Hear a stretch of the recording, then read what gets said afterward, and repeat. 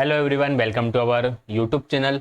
NVS CDP के जो हम पीवाईक्यूज कर रहे हैं उसमें सीरीज को आगे बढ़ाते हैं। आज की वीडियो में हम फिर कुछ नया सा कॉन्सेप्ट सीखने वाले हैं। स्टार्ट करेंगे क्वेश्चन नंबर फर्स्ट के साथ। Anupa uttered the first word at the age of 11 months. Anupa 11 महीने की उम्र में पहला शब्द बोलता है। अच्छा, बोलती है आगा ना, पहला शब्द बोला, हाँ ठीक है। And begins to play along with her doll at the age of 2 years। 2 साल की उम्र में अपनी गुड़िया के साथ अकेले खेलना शुरू कर दिया।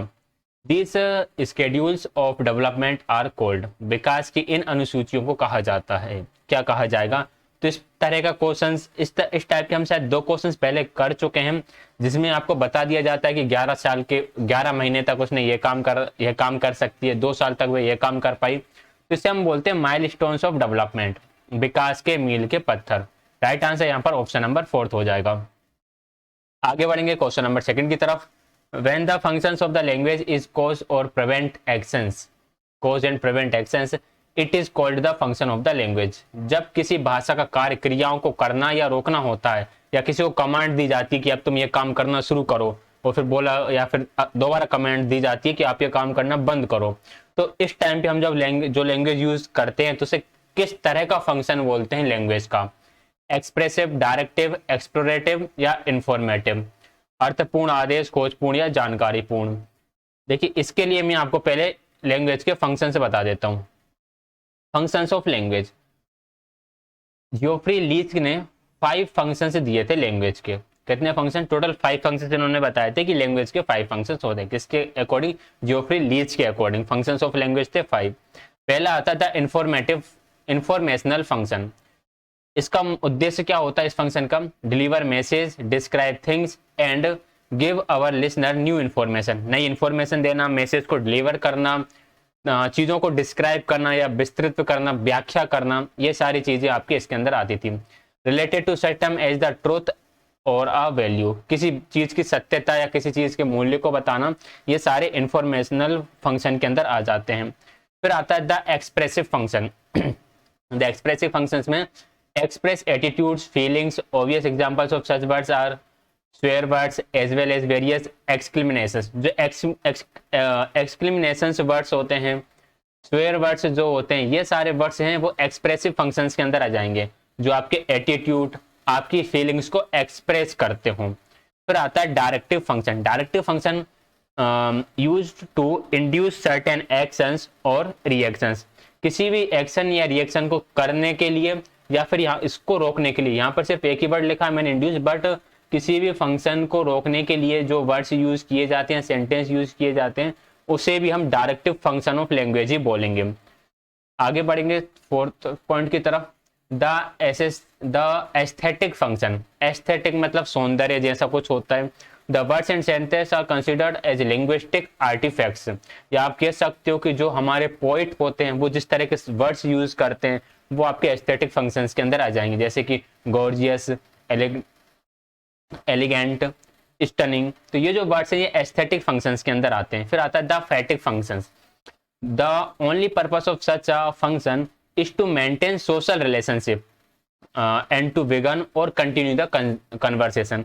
कन्वर्सेशन को शुरुआत करने, कन्वर्सेशन को कंटिन्यू रखने या किसी भी प्रकार के सोशल रिलेशनशिप को मेंटेन करने के लिए जब वर्ड्स यूज किए जाते हैं या सेंटेंस यूज किए जाते हैं, जैसे कि हम how are you word use करते हैं, तो हाउ आर यू जो वर्ड है ये किसके अंदर आएगा? ये फैटिक फंक्शन है लैंग्वेज का। इसके जवाब में आप कह सकते हो आई एम फाइन, या फिर जैसे हम वर्ड यूज करते हैं सी यू, तो ये जो वर्ड्स हैं ये किसके अंदर आते हैं? ये फैटिक फंक्शन के अंदर आते हैं। तो ये 5 फंक्शन हो गए। तो हमने देखा जो डायरेक्टिव फंक्शन होता है इसका यूज किया जाता है किसी एक्शन को स्टार्ट करने या रोकने के लिए। सो राइट आंसर यहाँ पर कौन सा बनेगा? ऑप्शन नंबर 2 बनेगा। ये डायरेक्टिव फंक्शन होता है। हिंदी ट्रांसलेशन कुछ और भी इसका हो सकता है, बट इंग्लिश में आप थोड़ा से माइंड में सेट करके रखिएगा कि directive function of a language में आप किसी एक्शन को रोकते हो या आगे बढ़ाते हो। Question number 3। A student trying to solve a mathematical problem to get a grade in his assignment is an example of identify the type of attention as described by the psychologist Ross. रोज के अनुसार किस प्रकार का attention ये रहेगा, ये हमें बताना है। एक छात्र अपने सत्रीय कार्य में ए ग्रेड प्राप्त करने के लिए गणितीय समस्याओं को हल करने का प्रयास कर रहा है। मनोवैज्ञानिक रोस द्वारा वर्णित ध्यान के प्रकार की पहचान करने का एक उदाहरण है। देखिए, जो साइकोलॉजिस्ट आपके रोस थे, इन्होंने 2 टाइप्स के अटेंशन बताए थे। 2 टाइप्स ऑफ अटेंशन। एक अटेंशन जो हम अपनी इच्छा से करते हैं तो उसे बोलेंगे वॉलिशनल अटेंशन, जिसे हम वॉलेंटरी अटेंशन ही बोल देते हैं। और एक होता है नॉन वॉलिशनल अटेंशन। ये 2 प्रकार के अटेंशन के बारे में इन्होंने बात करी। इनके बारे में हम अभी आगे डिस्कस कर लेंगे, पहले इसके आंसर की बात कर लें। अब यहाँ पर बच्चा अपनी इच्छा से मैथ के प्रॉब्लम सोल्व कर रहा है, या वो अपने किसी डिजायर को फुलफिल करना चाहता है, या वो उसे कुछ मिलेगा इसलिए वह असाइनमेंट को सोल्व कर रहा है। तो हम यहाँ पर देख रहे हैं कि बच्चा मैथमेटिकल प्रॉब्लम्स को सोल्व सिर्फ इसलिए कर रहा है क्योंकि उसे ए ग्रेड चाहिए, ताकि उसे ए ग्रेड मिल सके असाइनमेंट में। तो ये कौन सा हो जाएगा? ये हो जाएगा वॉलिशनल अटेंशन, जिसे हम बोलते हैं स्वैच्छिक ध्यान। अब नॉन वॉलिशनल क्या होता है? जिसमें हमें हमारे किसी प्रकार के अटेंशन की जरूरत नहीं पड़ती, ऑटोमेटिक ही हमारा ध्यान उस तरफ चला जाता है। जैसे कि बच्चा रो रहा होता है तो माँ का ध्यान ऑटोमेटिक अपने बच्चे की तरफ चला जाता है। अगर वो किसी खतरे में है तो वह खुद उस खतरे में उसे बचाने के लिए चली जाती है। ये नॉन वॉलिशनल अटेंशन होता है। देख लेते हैं, 2 टाइप्स ऑफ अटेंशन दिए थे रोज ने। एक दिया था नॉन वॉलिशनल, जिसे हम बोलेंगे involuntary attention, does not involve any role of will, किसी इच्छा की यहाँ पर कोई जरूरत नहीं होती है। It is aroused by instincts produced by our sentimentations. And volitional attention, voluntary attention जिसे हम बोलेंगे, demands our conscious effort of arriving at a solution और अचीविंग सर्टेन गोल्स। तो ये 2 टाइप के अटेंशन दिए थे रोज ने, ये दोनों ही आपको याद रखना है। नेक्स्ट है question number 4। The first step in the acquisition of language is throw. किसी भी भाषा के अधिग्रहण में पहला कदम है। ये क्वेश्चन आया है आपका एनवीएस 2019 में, और जहाँ तक मुझे याद आ रहा है ये आया था आपका शायद पीजीटी में आया था। पीजीटी या तो मैथ्स में आया है या केमिस्ट्री में आया है, ठीक है। और इस क्वेश्चन के बारे में, ये क्वेश्चन एक्चुअली 2 जगह आया हुआ है। एक जगह तो बोला गया first step of acquisition of language is throw, और शायद इसी क्वेश्चन की किसी ने कॉपी करने की कोशिश करी और उन्होंने एक्विजिशन की जगह लिख दिया था फिर लर्निंग, ठीक है। अगर हम लर्निंग की बात करें तो लैंग्वेज लर्निंग में 4 प्रोसेस होती हैं, LSRW, और चारों ही प्रोसेस कैसी होती हैं? एक साथ चल रही होती हैं। सारी की सारी प्रोसेस एक साथ चल रही होती हैं। फॉर एग्जाम्पल, जैसे कि मैं अपनी बात करूं, अपना एग्जाम्पल ले लेता हूं। हम लोग हैं हिंदी मीडियम के, तो हिंदी तो हमने पहले ही सीख ली थी, बोलना करना, ठीक है। लेकिन इंग्लिश को हमने कैसे शुरू करा? पहले हमने इंग्लिश को सुना, पहले हमने इंग्लिश को नहीं सुना, पहले हमने उसके जो अल्फ़ाबेट्स थे, अल्फ़ाबेट्स याद करे, फिर छोटे छोटे वर्ड्स याद करे, साथ के साथ फिर हमने इनको लिखना भी शुरू करा, फिर सुनना भी शुरू करा। तो सारी चीज़ें, सुनना, लिखना, ये सब कुछ साथ चल रहा था। लेकिन जब भाषा का एक्विजिशन किया जाता है, अधिग्रहण किया जाता है, अधिग्रहण के टाइम पे सबसे पहले सुनना ही होता है, क्योंकि जो छोटा बच्चा होता है वो लैंग्वेज को एक्वायर करता है, जो उसकी मदर टंग है उसको एक्वायर करते हैं। तो लैंग्वेज एक्विजिशन की जब बात आए तो सबसे पहले उसमें लिसनिंग आएगा, फिर रीडिंग, राइटिंग, स्पीकिंग ये अपने हिसाब से चल सकते हैं, लेकिन फर्स्ट स्टेप वहाँ पर लिसनिंग ही रहेगा। अगर हम लर्निंग की बात करें तो चारों के चारों एक साथ ही चलते हैं, ठीक है। हालांकि कई लोग इस क्वेश्चन को गलत बता देंगे, गलत हो जाएगा ये क्वेश्चन अगर वहाँ पे लर्निंग लिखा होगा, क्योंकि लर्निंग में जरूरी नहीं पहले आप उसे सुनो, आप किसी भी स्टेप से स्टार्ट कर सकते हो, बट एक्विजिशन के लिए तो सुनना जरूरी ही है, ठीक है। So right answer is option number first. Next है question number 5। Which of the following instruments is used to measure attention span. निम्नलिखित में से किस उपकरण का उपयोग ध्यान अवधि को मापने के लिए किया गया था?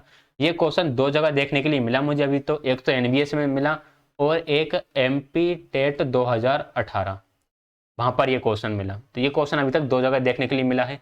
इसका आंसर मैंने मतलब जितनी 7 से 8 बुक देखी है psychology and educational philosophy, educational psychology की, किसी में इसका आंसर नहीं था। इसका आंसर था NCERT जो होती हैं आपकी 11th 12th की, 11th 12th की NCERT होती है साइकोलॉजी की, उसमें इसके बारे में एक बॉक्स बना के लिखा गया है।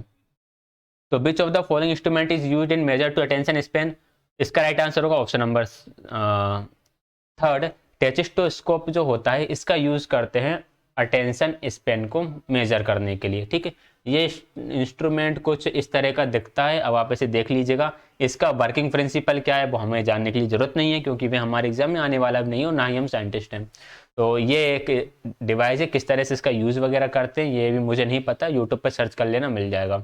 अपना काम है आंसर का पता करना कि इसका राइट आंसर क्या होगा। टेचिस्टोस्कोप होगा। ये एक ऐसा डिवाइस है या इंस्ट्रूमेंट है जो हमारी अटेंशन स्पेन को मेजर करता है कि हमारा ध्यान कितनी जगह तक एक जगह पर केंद्रित रह पाता है।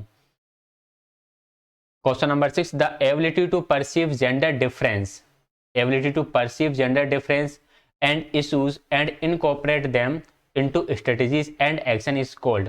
देखिए, ability to perceive gender difference, हम ये बात करते हैं कि जेंडर डिफरेंस की बात नहीं करना चाहिए, लेकिन कहीं कहीं हमें जेंडर डिफरेंस की बात करना भी चाहिए। अब कहाँ करनी चाहिए या किस एस्पेक्ट में देखना चाहिए, किस एस्पेक्ट में नहीं देखना चाहिए, इसकी जो एबिलिटी होती है उसे क्या कहेंगे। लिंग भेद और मुद्दों को समझने, उन्हें रणनीतियों कार्यों में शामिल करने की क्षमता क्या कहलाती है। कार्यों में शामिल करने की मतलब कि आप कई बार कामों को बांट देते हैं जेंडर के बेस पर कि ये काम बॉयज करेंगे, ये काम गर्ल्स करेंगे। कई बार हमें इसे बांटना भी पड़ता है। क्यों? क्योंकि कुछ काम है जो बॉयज बेहतर कर सकते हैं, कुछ काम है जो गर्ल्स बेहतर कर सकती हैं। तो इसे हम बोलते हैं जेंडर सेंसिटिविटी। राइट आंसर रहेगा ऑप्शन नंबर सेकंड। इसका मतलब ये बिल्कुल भी नहीं है कि हम किसी भी प्रकार का डिस्क्रिमिनेशन यहाँ पर कर रहे हैं, किसी भी प्रकार का भेदभाव कर रहे हैं। हम जेंडर को लेकर सेंसिटिव हैं, इस वजह से हम इस तरह का काम लड़कियों को दे रहे हैं और इस तरह का काम लड़कों को दे रहे हैं। ठीक है, तो राइट आंसर यहाँ पर ऑप्शन नंबर सेकंड रहेगा। क्वेश्चन नंबर 7 है, will easily yield material for classroom theatre. Classroom theatre के लिए आसानी से सामग्री कौन उपलब्ध करा सकता है। बायोग्राफीज, बायोग्रामर्स तो नहीं कराएगी, पोएम भी करा सकती, स्टोरीज भी करा सकती, बायोग्राफीज भी करा सकती। तो सिंपल है, सबसे आसानी से तो स्टोरीज करा सकते हैं, क्योंकि कहानियां समझने में भी आसान होती हैं और उनको प्ले करना भी थोड़ा ईजी हो जाता है। तो राइट आंसर ऑप्शन नंबर 3 ही बनेगा। क्वेश्चन नंबर 8 है, what percentage of Indian population know 2 or more languages. अगर हम 2011 की जनगणना के बारे में बात करें तो उसके हिसाब से इसका राइट आंसर है 26%। 26% जनसंख्या ऐसी है जो 2 से अधिक भाषाओं को जानती है। ठीक, तो लेकिन हम इसका जो राइट आंसर टिक करेंगे अकॉर्डिंग टू ऑफिशियल आंसर की, ऑप्शन नंबर फर्स्ट रहेगा 20%। ऑफिशियल आंसर के हिसाब से 20% राइट आंसर है, वैसे 26% तक हो गया है। Question number 9, the development of friendship and participation in a peer group increases during the age. अब यहाँ पर पार्टिसिपेशन जो होता है पेयर ग्रुप में वह इंक्रीज हो रहा है, बढ़ रहा है। ये काम होता है एडोलेसेंस में, या फिर हम कह सकते हैं जो आपका होता है लेटर चाइल्डहुड। लेटर चाइल्डहुड में जब बच्चा होता है तो वहां पर ये काम बहुत ज़्यादा होता है। तो फिर राइट आंसर रहेगा इसका option number 6 to 12 years. 6 to 12 years की एज में बच्चा अपने दोस्तों पार्टिसिपेशन में ज़्यादा टाइम देने लगता है, दोस्तों के साथ ज़्यादा टाइम बिताने लगता है। तो राइट आंसर ऑप्शन नंबर 4 रहेगा, 6 to 12 years. 10, which of the following was introduced in schools in NPE 1986। National policy of education 1986 में स्कूलों में क्या पेश किया गया था। रोबोटिक्स, आर्ट, योगा या जेनेटिक्स। रोबोटिक्स उस टाइम पे इतने थे नहीं, जेनेटिक्स पे भी इतना फोकस नहीं था, आर्ट ये चीज़ें बाद में आई हैं। उस टाइम पे योगा को इंट्रोड्यूस किया था कक्षाओं में। सो राइट आंसर ऑप्शन नंबर 3 रहेगा। ये फैक्चुअल क्वेश्चन है, नेशनल एजुकेशन पॉलिसी को अगर आप डिटेल में पढ़ोगे तो वहाँ पर ये इसके आंसर हमें देखने के लिए मिल जाते हैं। तो ये थे आज की क्लास के 10 क्वेश्चंस। आई होप आपने कुछ ना कुछ नया जरूर सीखा होगा। पीडीएफ इसका टेलीग्राम चैनल पर शेयर कर दिया जाएगा। वीडियो पसंद आया तो वीडियो को लाइक, शेयर, चैनल को सब्सक्राइब कर दीजिएगा। वीडियो देखने के लिए आप सभी का बहुत बहुत धन्यवाद।